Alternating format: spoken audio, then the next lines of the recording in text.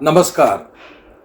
राजकाज dot news के weekend special में आप सभी का स्वागत है। अब ये वीकेंड स्पेशल कुछ ज़्यादा स्पेशल इसलिए हो गया है क्योंकि कर्फ्यू की वजह से आप सभी अपने अपने घरों में कैद होने के लिए मजबूर हैं।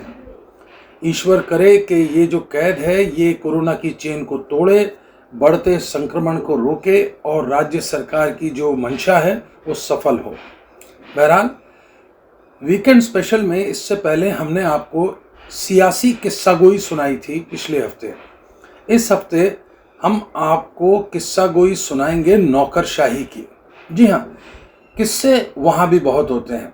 इससे पहले कि मैं आपको नौकरशाही का किस्सा सुनाऊं, उससे पहले ये बता दूं कि मेरा दावा है कि आप चाहे जो हिंदी अखबार पढ़ते हों, लेकिन उस हिंदी अखबार ने आपको ये खबर नहीं बताई है। बहरहाल राजकाज डॉट न्यूज़ के साधन बहुत सीमित हैं। हम एक छोटी संस्था हैं, पर हमारा प्रयास निरंतर ये रहता है कि हम निष्पक्ष निर्भीक रूप से खबरें आपके सामने लाएं। तो आज नौकरशाही के किस्सागोई में बात करेंगे रेवेन्यू बोर्ड स्कैंडल की। इसमें कुछ लोग जो सदस्य थे रेवेन्यू बोर्ड के, वो एंटी करप्शन ब्यूरो के हत्थे चढ़ चुके हैं। लेकिन आश्चर्यजनक रूप से एक नाम अदृश्य है, गायब है मीडिया की सुर्खियों से, और वो नाम है रेवेन्यू बोर्ड के चेयरमैन आर वेंकटेश्वरन का।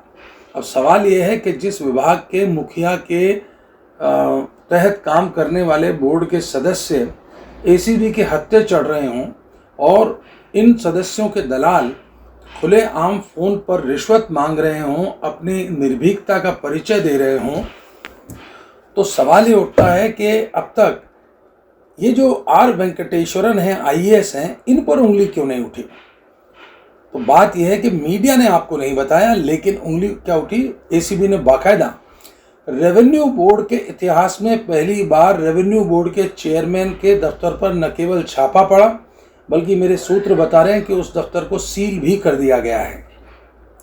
अब खास बात यह है कि पिछले 15 दिनों से ये जो आईएएस हैं आर वेंकटेश्वरन अपने दफ्तर ही नहीं गए।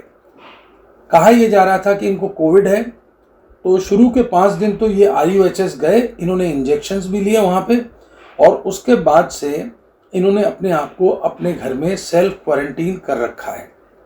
बहरहाल सवाल यह है कि जब जुलाई 2020 में इनको, तब भी कोरोना चल रहा था, बहुत विभत्स रूप था, तो आर वेंकटेश्वरन को वर्तमान सरकार ने जुलाई 2020 में रेवेन्यू बोर्ड का चेयरमैन बनाया था।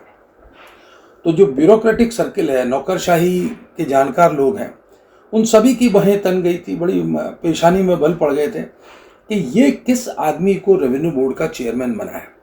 और ये बात मतलब बेजा नहीं थी, आश्चर्य होना बनता था। वजह यह है कि आर वेंकटेश्वरन का जो अब तक का 29 साल का सर्विस करियर है, अब तक इन्होंने 29 साल की नौकरी की है, इसमें इनके 30 ट्रांसफ़र हुए हैं।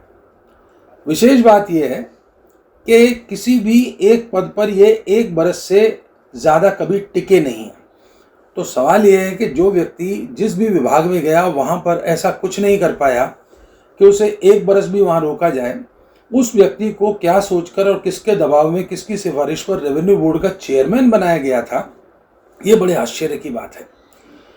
और आर वेंकटेश्वरन का कोई अशोक गहलोत सरकार के साथ पहला अनुभव नहीं है।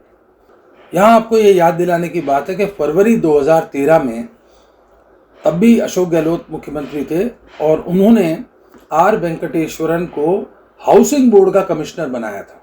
एक खासी महत्वपूर्ण एक पोस्ट होती है, पद है। और तब हाउसिंग बोर्ड के जो पॉलिटिकल चीफ थे वो थे वरिष्ठ कांग्रेसी नेता परशुराम मोरदिया। तो तब भी शिकायतों के चलते अशोक गहलोत सरकार ने इनको 1 बरस से पहले हटा दिया था हाउसिंग बोर्ड के कमिश्नर पद से।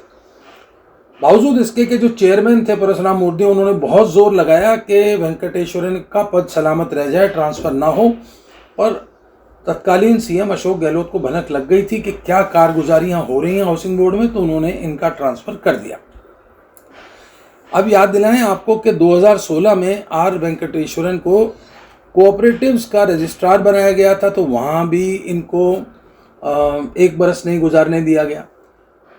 तो अब आप ये मानकर चलिए कि डीजी एसीबी बीएल सोनी के रहते, एडीजी दिनेश एमएन के रहते, ये तय है कि आने वाले दिनों में न केवल प्रदेश के मीडिया बल्कि देश के मीडिया में सुर्खी बनने वाली है वो पूछताछ और संभावित गिरफ्तारी जो कि एसीबी करेगी एक आईएएस की।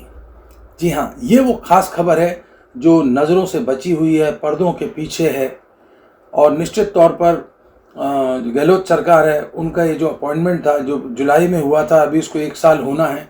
एक बार फिर आर वेंकटेश्वरन ने साबित किया कि वो किसी पद पर पूरा 1 बरस नहीं गुजार सकते। आप देख रहे हैं राजकाज.न्यूज। राज की हर खबर से रहिए बाखबर।